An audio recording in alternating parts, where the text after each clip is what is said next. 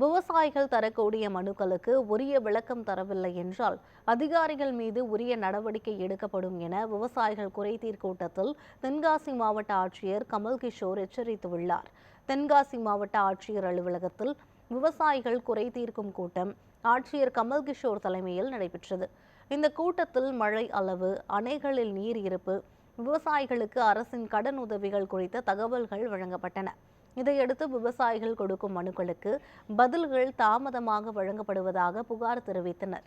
மேலும் ஒட்டுண்ணி அட்டைகளின் தட்டுப்பாடு மற்றும் ரசாயன உரங்களின் பயன்பாடு விவசாயத்திற்கு பாதிப்பை ஏற்படுத்தி நஞ்சில்லா உணவு கிடைக்கும் சூழலை கேள்விக்குறியாக்கிவிட்டதாக வேதனை தெரிவித்தனர். இதைத் தொடர்ந்து மாவட்ட ஆட்சியர் மழையால் சேதமடைந்த பயிர்களுக்கான நிவாரணம் பொங்கல் விழாவுக்கு முன் வழங்கப்படும் என்று உறுதியளித்தார். மழைனாலேயும் வெள்ளத்தினாலேயும் ஒரு சோளங்கள் ஊரா சாஞ்சிருக்கவும் செய்யுது.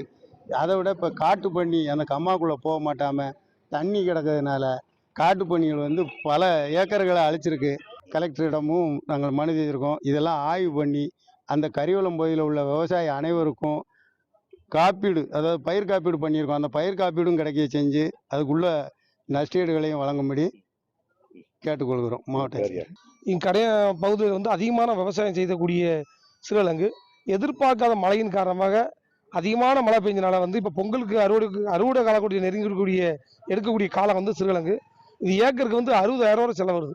இது உடனடியாக மாவட்ட நிர்வாகம் தலையிட்டு உடனடியாக பொங்கலுக்கு முன்னாடி முழு நிவாரணம் மாவட்ட நிர்வாகம் வாங்கி தருமாறு கேட்டுக்கொள்கிறோம்.